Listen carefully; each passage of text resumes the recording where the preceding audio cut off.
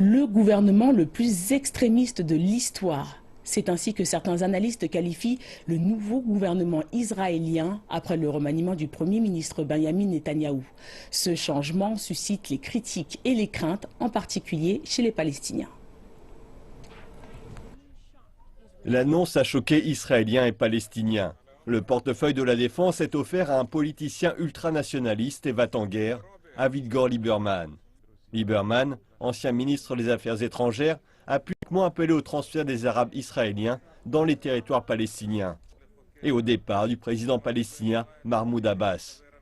Son arrivée au gouvernement a été rendue possible par l'élargissement de la coalition du Premier ministre Benjamin Netanyahou. Certains journaux parlent d'État fasciste et de catastrophe en puissance. Des termes qui seraient exagérés. Monsieur Lieberman n'a pas le dernier mot sur une éventuelle entrée en guerre d'Israël, sur un oui ou un non. Ce n'est pas sa prérogative, ce n'est pas sa décision. Il existe un gouvernement par lequel passer, un cabinet de sécurité par lequel passer, et au final, c'est le Premier ministre qui a le dernier mot. Autant les Palestiniens qui savent que le ministre de la Défense supervise la police militaire dans la Cisjordanie occupée.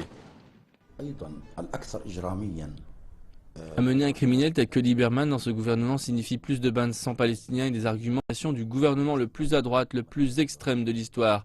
Ceci va faire diminuer les chances d'une paix future et va amener une escalade criminelle et agressive car Lieberman appelle à plus de meurtres dans les rues, dans les prisons et ailleurs.